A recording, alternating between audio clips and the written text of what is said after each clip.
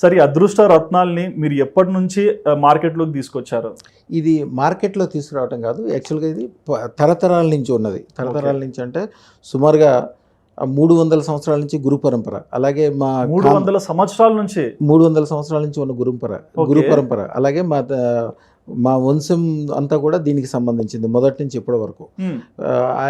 ఇది ఒక సిస్టమేటిక్గా తయారైంది. ఎందుకంటే ఇదివరకు రత్నాలు ఇచ్చేటప్పుడు జనరల్గా అందరూ కూడా నవరత్నాలు ఇస్తారు. నవరత్నాలు అంటే 9 రత్నాలని నవరత్నాలు అంటారు. ఇప్పుడు దీంట్లో ఉండేవన్నీ కూడా నవరత్నాలు.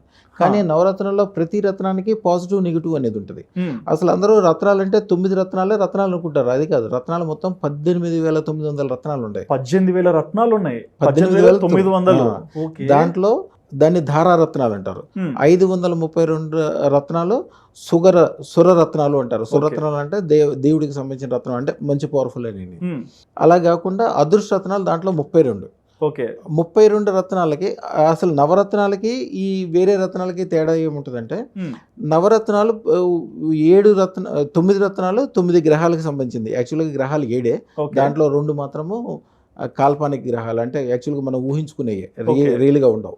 దానికి కూడా కలిపి మొత్తం నవరత్నాలకి నవగ్రహాలకి 7 స్టోన్స్ కలిపి, ఆ 7 ప్లస్ కనిపించినవి రాహుకేతువుకి 2 రత్నాలు కలిపి నవరత్నాలని తయారు చేస్తారు.